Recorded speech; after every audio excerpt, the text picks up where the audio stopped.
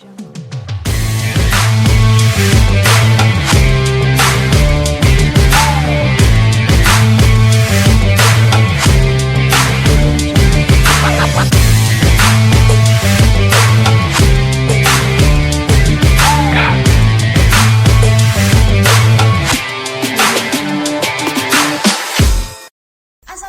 warahmatullahi wabarakatuh. Selamat pagi, salam sejahtera dan salam sehat. Hai Sobat Kreatif, jumpa lagi nih dengan saya Kartika Handayani dalam Sobat Kreatif Podcast. Oke, gimana nih kondisi Sobat pada hari ini? Semoga dalam keadaan sehat selalu ya. Oke Sobat, jadi kali ini kita akan membahas salah satu topik yang menarik karena kita akan memasuki bulan suci Ramadan. Jadi topik kali ini akan bertemakan Marhaban ya Ramadan. Untuk itu, kita telah kedatangan tamu yang spesial yang nantinya akan ngobrol-ngobrol bareng kita terkait dengan bulan Ramadan. Langsung saja kita hadirkan Ibu Wanti Eka Jayanti. Assalamualaikum. Silakan duduk Ibu. Terima kasih. Oke, gimana nih kabarnya Ibu? Ya, baik. Alhamdulillah sehat. Baik, mungkin bisa perkenalan diri dulu nih. Mungkin pekerjaannya apa atau aktivitasnya sekarang apa? Silakan Bu. Iya, baik. Nama saya Wanti Eka Jayanti. Saya seorang ibu, ya, seorang ibu dari 3 orang anak, dan saya juga ngajar di salah satu universitas di Universitas BSI Pontianak. Oke, dalam keadaan sehat Ibu? Alhamdulillah. Kakak gimana, sehat ya? Alhamdulillah saya juga sehat. Baik, hari ini tadi saya sudah sapa-sapa Sobat Kreatif, mungkin boleh disapa dulu Bu, Sobat Kreatif. Assalamualaikum Sobat Kreatif. Semoga Sobat Kreatif Podcast pada hari ini semuanya sehat dan tetap semangat nih ya. Tetap semangat menyambut bulan suci Ramadan. Karena sudah di depan mata nih. Iya benar, sudah di depan mata kita akan menjalani bulan suci Ramadan. Betul sekali. Oke, kita akan ngobrol-ngobrol sedikit nih Bu, terkait dengan bulan banyak juga suci boleh kok, Kak. Oke, banyak juga boleh ya. Boleh. Oke, sepertinya semangat bulan ini luar biasa ya. Harus semangat ya. Oke, kita harus semangat, Sobat juga harus semangat ya.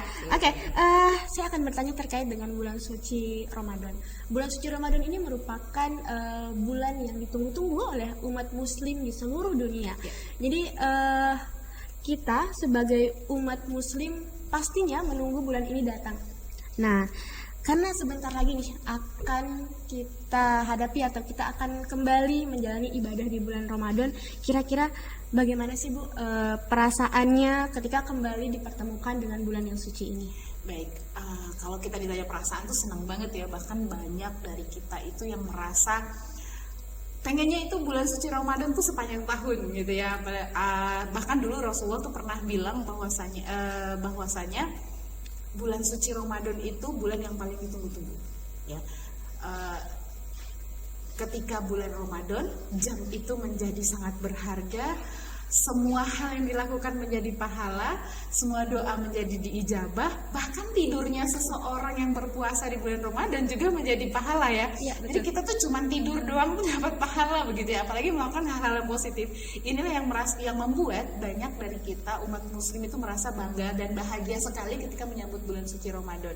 Bahkan bahwasanya dalam satu hadis itu dinyatakan bahwasanya kalau saja umat Muslim itu tahu bulan suci Ramadan itu seberapa besar dan seberapa baik pahalanya atau bulannya, maka pasti manusia itu akan meminta sepanjang tahun itu menjadi sebuah bulan Ramadan. Masya Allah. Berarti memang bulan ini adalah bulan yang ditunggu-tunggu, di mana pahala dilipat gandakan, di mana semua hal itu bernilai pahala. Bahkan tidur pun pahala. Tapi bukan berarti kita tidur dari sahur sampai berbuka puasa ya Bu, benar. Kadang ada yang daripada sholat kan tidur kan ibadah. Jadi kita tidak boleh menyalahartikan juga. Betul sekali. Karena ada hal yang wajib ya yang tetap harus kita lakukan. Hal wajib itu baik wajibnya sifatnya wajib kepada Allah ya, bentuknya ibadah-ibadah itu tadi di bulan Ramadan, dan juga yang wajib sifatnya kepada sesama manusia. Kepada siapa? Kalau wajib kepada sesama manusia, kita punya kewajiban untuk bekerja. Kita berarti punya kewajiban ya kepada tempat kita bekerja. Kalau kita itu mahasiswa, berarti kita punya kewajiban kepada kampus kita untuk tetap menjalankan aktivitas dan kewajiban sebagai mahasiswa. Oke. Jadi bulan Ramadan ini bukan menjadi ajang untuk kita bermalas-malasan ya. Betul. Aku puasa nih, jadi maunya tidur, tapi malah lebih bersemangat menjalani aktivitas. Betul ya Bu?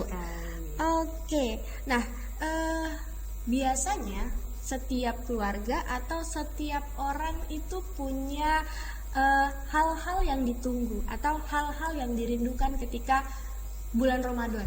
Kira-kira ada nggak sih Bu hal-hal yang dirindukan yang hanya bisa didapat ketika bulan Ramadan? Baik, jadi gini Kak, di dalam Islam itu ada 4 bulan haram, disebutnya 4 bulan haram. Salah tiganya itu adalah Rajab, kemudian Sya'ban, dan kemudian Ramadan, begitu ya. Nah, di 3 bulan ini kalau di Rasulullah itu mengatakan bahwasanya orang yang tahu bahwasanya bulan Ramadan ini adalah bulan yang sangat spesial, mereka akan mempersiapkannya dari 2 bulan sebelumnya, yaitu dari bulan Rajab. Jadi ada ulama itu mengatakan bulan Rajab adalah bulan menanam, bulan Sya'ban itu bulan mengairi, dan bulan Ramadan itu bulan memanen, begitu ya. Jadi kita tuh sebenarnya sudah mempersiapkan dari bulan Rajab. Makanya Rasulullah itu memberikan banyak contoh sekali apa saja yang harus dipersiapkan oleh pribadi kita di bulan Rajab, apa saja yang harus kita lakukan di bulan Sya'ban, kemudian apa yang harus, sehingga kita sudah siap menghadapi bulan Ramadan. Jadi kalau ditanya apa yang sudah kita siapkan, yang pasti kita menyiapkan mental dan ibadah kita, dan itu sudah kita siapkan dari bulan Rajab. Misalnya ya, kita contohkan saja ibadah yang paling utama dilakukan di bulan Rajab itu ternyata bukan puasa, tapi adalah tidak boleh menzalimi diri sendiri. Nah, nggak boleh zalim terhadap diri sendiri itu apa sih sebenarnya? Misalnya dari yang pertama, kita tidak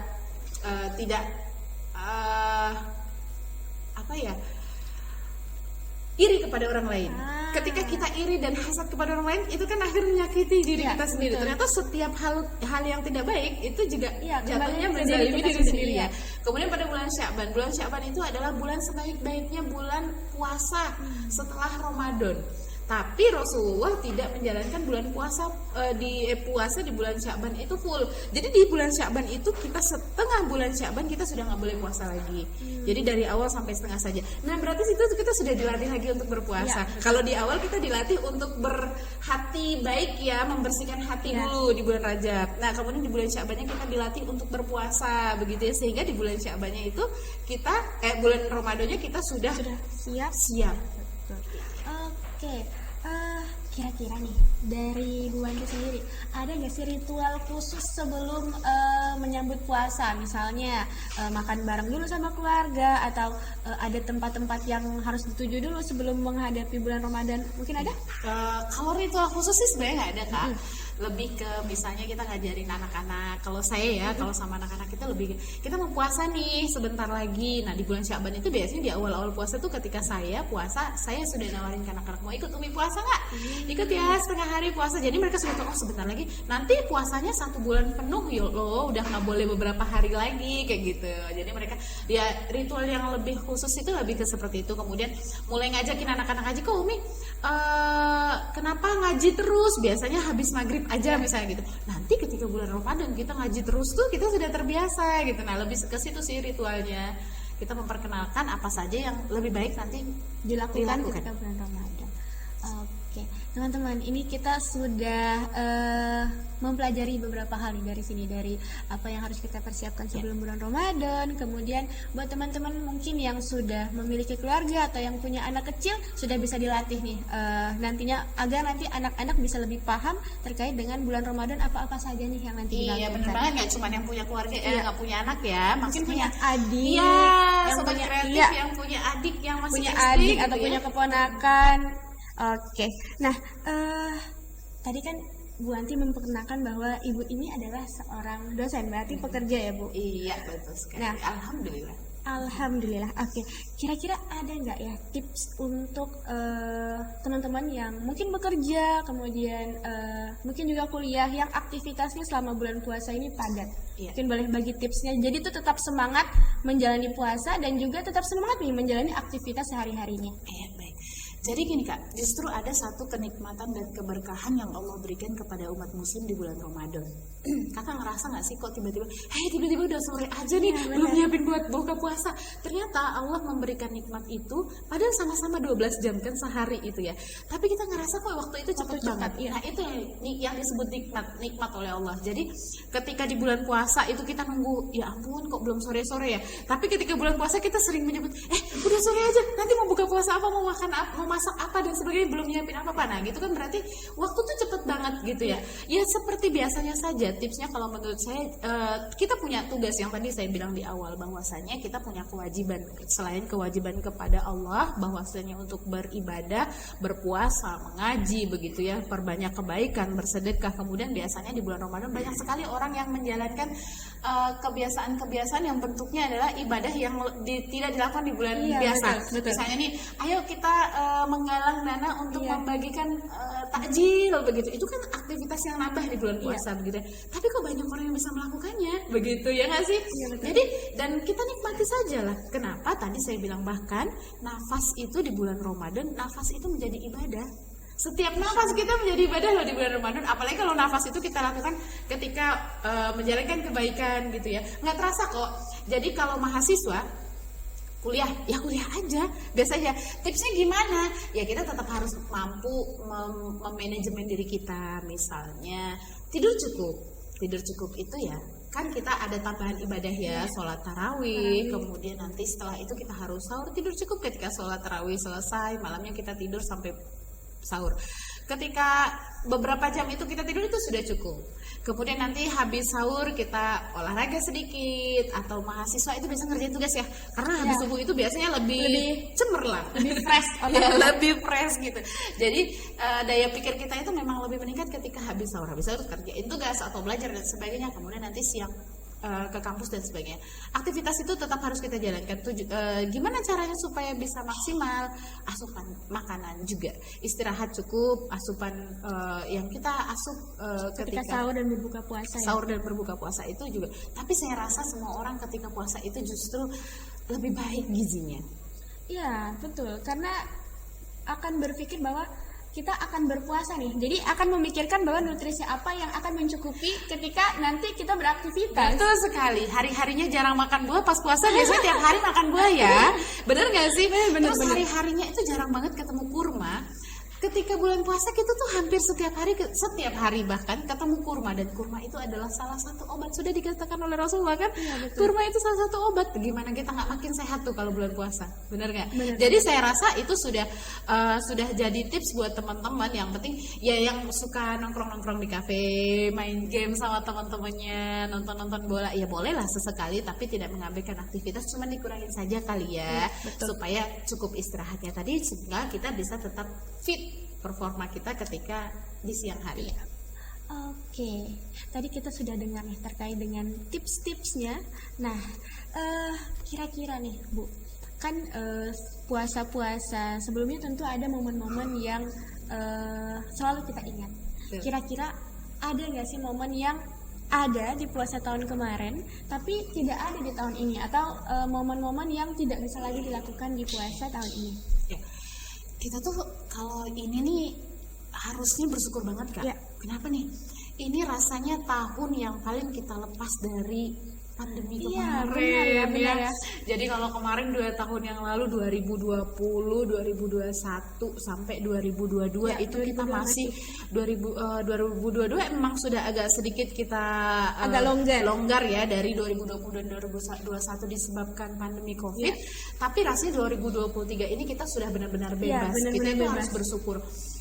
Saya rasa itu yang paling terasa dari tahun lalu begitu ya. Jadi aktivitas kita itu sudah mulai, yang kemarin kita mau nyari tempat takjil aja tuh kita banyak mikir loh Kak. Kita tuh mikirnya ini aman gak ya gitu ya. Banyak pertimbangan. Ya kalau sekarang saya rasa sebelum puasa aja kita sudah santai aja ya, makan, jajan dan sebagainya. Karena insya Allah kita sudah, Allah lindungilah dari pandemi yang lalu. Oke, Sobat Kreatif, bincang kita hari ini tuh ngobrol-ngobrol santai, cuman banyak ilmu yang bisa kita ambil di sini. Kira-kira ada nggak sih menu khusus yang selalu ada ketika buka puasa? Karena biasanya di setiap keluarga itu beda-beda nih. Ada yang di setiap keluarga itu kalau buka puasa minumnya sirup. Ada juga yang setiap buka puasa itu harus ada cola. Kemudian ada juga yang harus ada cendol. Kalau di keluarga ibu sendiri itu seperti apa sih? Ada atau tidak? Ada. Kalau di keluarga saya itu yang selalu ada harus ada buah. Oh, harus ada buah. Iya, benar banget, buah apapun sih Kak sebenarnya. Yang penting buah. Yang penting buah, jeruk boleh, semangka boleh. Karena pertama kali kalau saya itu kebetulan suami saya itu tugasnya di kesehatan ya, di instansi kesehatan. Jadi itu sangat memperhatikan kesehatan. Jadi saya yang dulunya setiap buka puasa itu lebih suka gorengan.